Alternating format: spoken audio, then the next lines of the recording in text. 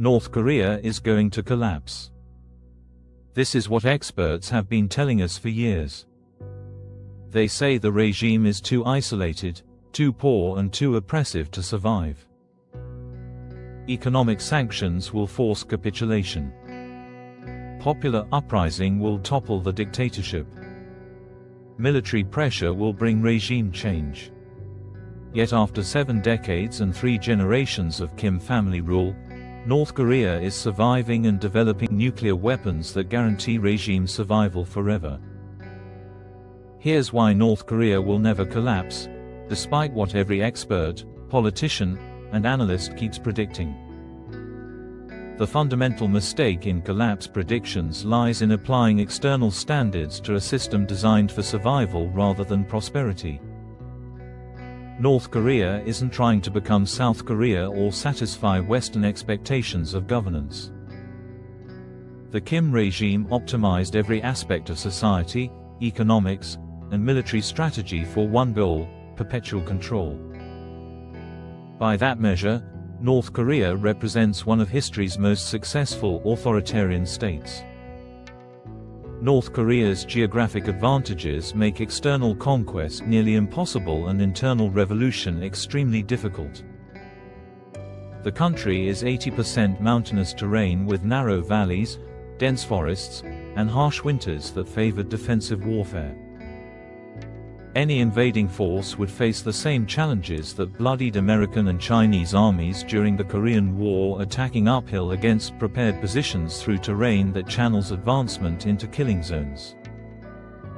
The demilitarized zone creates a 250-kilometer fortified barrier equipped with millions of landmines, concrete barriers, and artillery positions built over 70 years. North Korea maintains 1.2 million active military personnel plus 7.7 million reserves, nearly 40% of the population trained for warfare.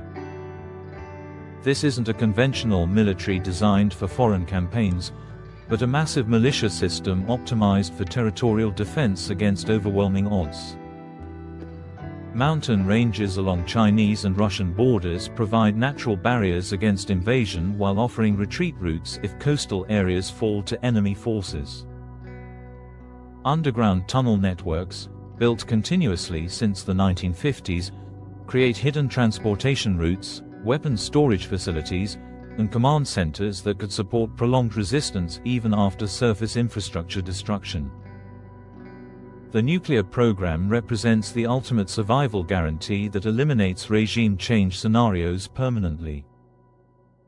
North Korea now possesses intercontinental ballistic missiles capable of reaching the United States mainland with nuclear warheads. No external power will risk nuclear retaliation to remove the Kim regime when containment achieves similar strategic objectives without existential risk. Nuclear weapons also prevent the gradual pressure campaigns that toppled other authoritarian regimes. Libya's Gaddafi abandoned nuclear weapons and was overthrown within years. Iraq's Saddam Hussein lacked nuclear capabilities and was removed by force. Iran maintains nuclear development programs specifically to avoid similar fates. North Korea's nuclear arsenal provides absolute security against foreign intervention regardless of domestic conditions. China's strategic interests guarantee North Korean survival because regime collapse would create problems worse than regime maintenance. Chinese leaders prefer a stable North Korean buffer state to unified Korean peninsula under American influence. Refugee flows from collapsed North Korea could create massive humanitarian crisis requiring Chinese military intervention. Nuclear weapons falling into uncertain hands during regime collapse poses unacceptable security risks. China provides enough economic support to maintain North Korean stability while avoiding prosperity that might encourage independence from Chinese influence. This relationship benefits both nations. North Korea gets survival resources while China maintains strategic buffer against American forces in South Korea. Neither side wants fundamental change that could destabilize existing arrangements. Russia shares similar interests in North Korean survival as counterweight to American Pacific influence. Russian energy exports, weapons sales, and diplomatic support provide alternative partnerships that reduce North Korean dependence on China while maintaining regime stability. Great power competition ensures North Korea always has patrons willing to prevent collapse. The regime's information control system prevents the popular uprisings that toppled other authoritarian governments. North Koreans have no access to foreign media, internet connectivity, or international communication that enabled Arab Spring movements. State media provides the only information source, creating unified worldview that portrays external threats and internal loyalty as survival necessities. Generational indoctrination produces population that genuinely supports regime goals even when questioning specific policies. North Korean education emphasizes national survival against hostile foreign forces rather than individual prosperity or political rights. This creates psychological framework where regime criticism feels like treason against national survival rather than legitimate political dissent.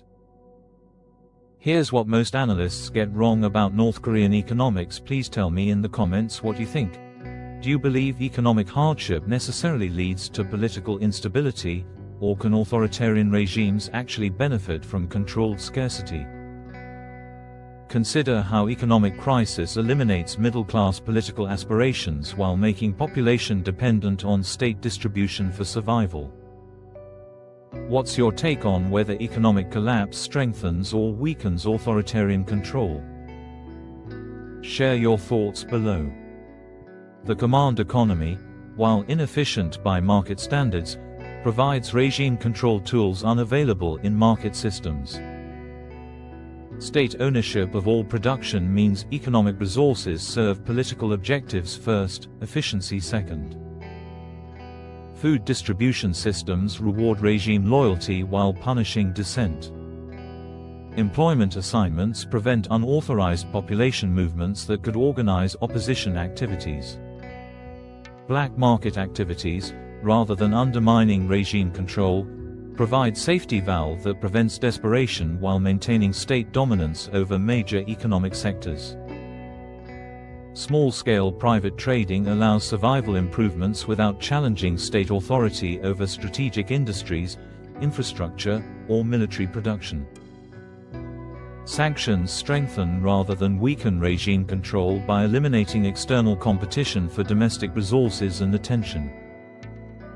Economic isolation forces population dependence on state systems while preventing foreign influence that might encourage political alternatives. Sanctions create shared hardship that regime propaganda effectively blames on external enemies rather than internal policies. The succession system ensures regime continuity beyond individual leaders through institutional structures designed for dynastic transition. Kim Jong-un's rise demonstrated smooth power transfer mechanisms that maintain stability during leadership changes. Multiple potential successors exist within the Kim family structure, preventing succession crises that destabilized other authoritarian regimes. Military loyalty structures based on family background, ideological indoctrination, and material privileges create officer corps whose interests align completely with regime survival. Military families receive better housing, food, education, and healthcare that disappears if regime collapses.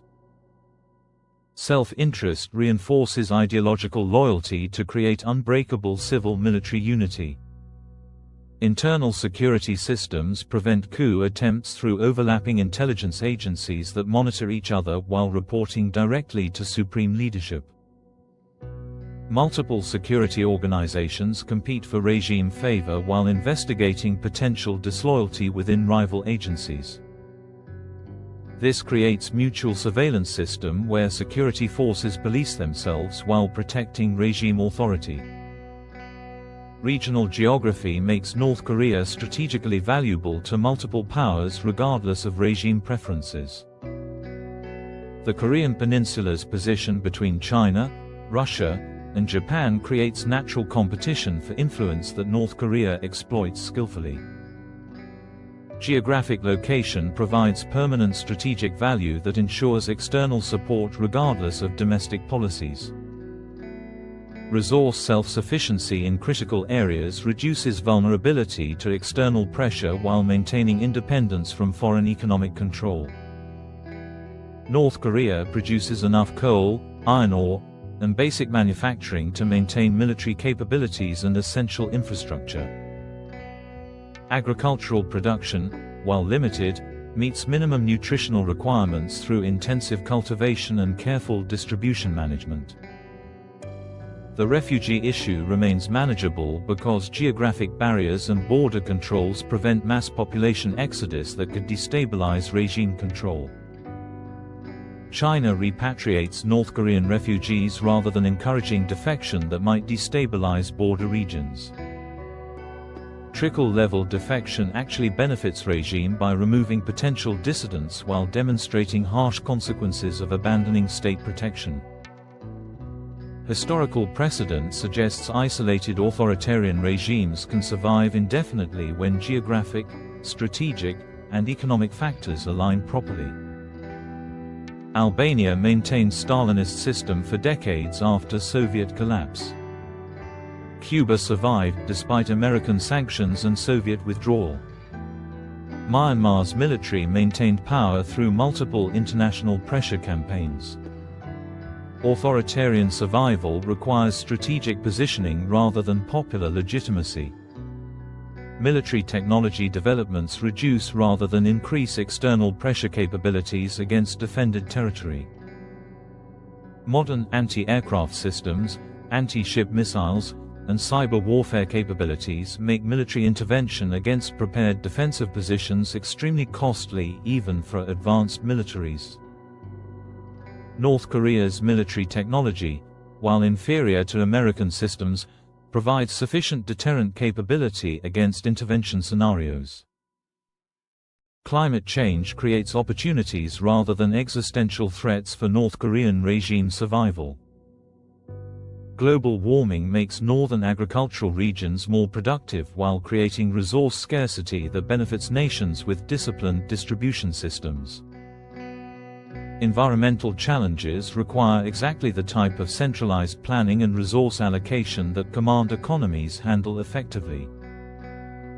International law prevents the type of intervention that might threaten regime survival while providing legitimacy for defensive preparations against external threats.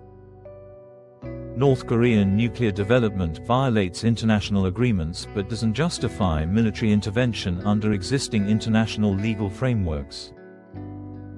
Legal constraints limit external options while providing regime protection against intervention scenarios. The generational factor works in regime favor rather than creating inevitable change pressures. Younger North Koreans grow up entirely within regime information systems without exposure to alternative political models that might encourage dissent. Generational change reinforces rather than challenges existing political arrangements when information control remains complete. Understanding North Korean stability requires abandoning wishful thinking about inevitable democratic transitions and accepting authoritarian systems can achieve permanent stability through strategic design and geographic advantages. The Kim regime isn't accidentally surviving against overwhelming odds, it's succeeding according to criteria that prioritize control over prosperity and survival over international approval. Collapse predictions consistently fail because they assume North Korean priorities match external expectations rather than regime objectives. By regime standards maintaining power, deterring invasion, preserving independence, North Korea achieves remarkable success despite international isolation and economic limitations. The strategic lesson extends beyond Korean Peninsula politics to broader questions about authoritarian resilience and democratic transition assumptions. Not all authoritarian regimes face inevitable collapse pressures, especially when geographic advantages, external support, and strategic positioning aligned to support regime survival regardless of domestic conditions. What do you think represents the strongest factor ensuring North Korean regime survival? Geographic advantages, nuclear deterrence, or external power support? Are there historical examples of similar regimes that suggest how North Korean stability might evolve over longer time periods? Share your analysis in the comments and let me know what other, inevitable, political changes you think deserve skeptical examination.